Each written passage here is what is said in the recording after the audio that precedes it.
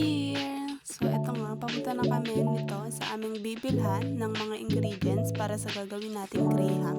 Chocolate graham. Yun.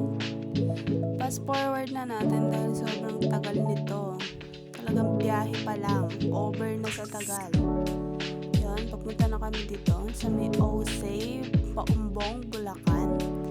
Dito lang yan sa may San Isidro, sa may Hangga, malapit sa Hangga, sa may katabi ng Paumbong Village 2. So etong, dito na kami sa may Hangga.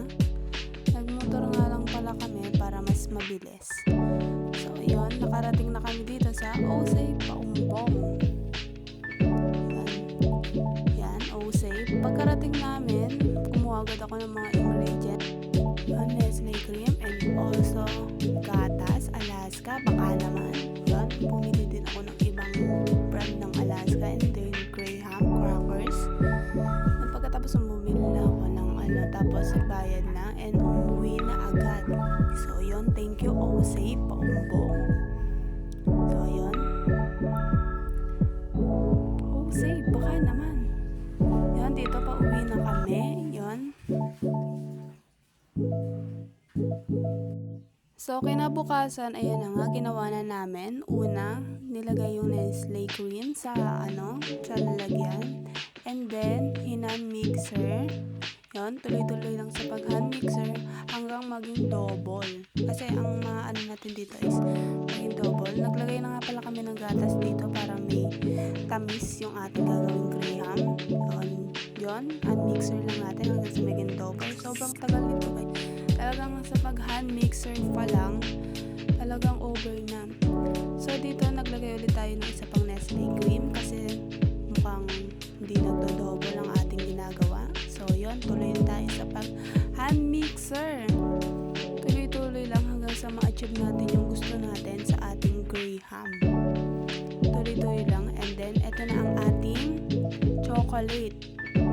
So, yun, ayan, nagpaglagay na tayo ng graham crackers.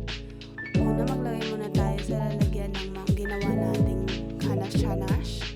Yun. Tapos, lagay na natin yung pinaka-graham crackers.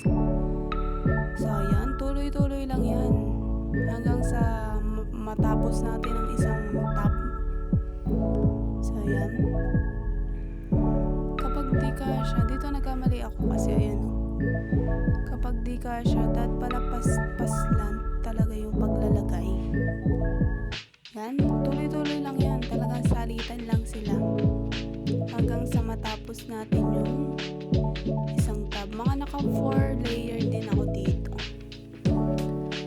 So ayan, tuloy-tuloy lang tayo hanggang ma-achieve natin ang ginugusto nating graham. Ano na ako masabi, talagang sobrang tagal.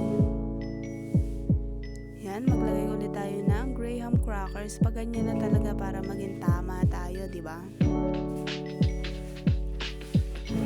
So, yan.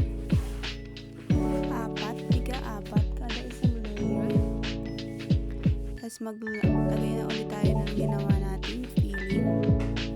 Ating Nestle cream with milk. Yan. Tuloy-tuloy lang tayo sa paglalagay hanggang sa makoat na lahat ng graham crackers. Yan.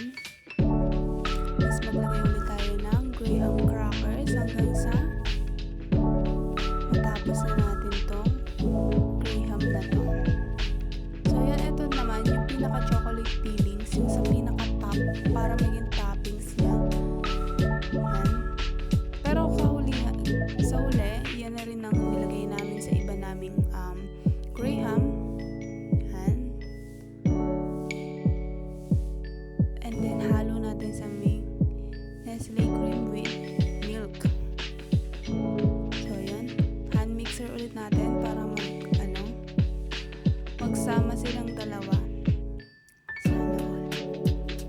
So, yan. Lagyan na natin itong ating pinaka-finish product. So, yan. Tuloy-tuloy lang hanggang sa makoat ng chocolate fillings ang ating graham. So, dito nag-ano tayo ng toppings tayo ng pinaka-graham crackers na durog-durog. Yun lang. Thank you for watching!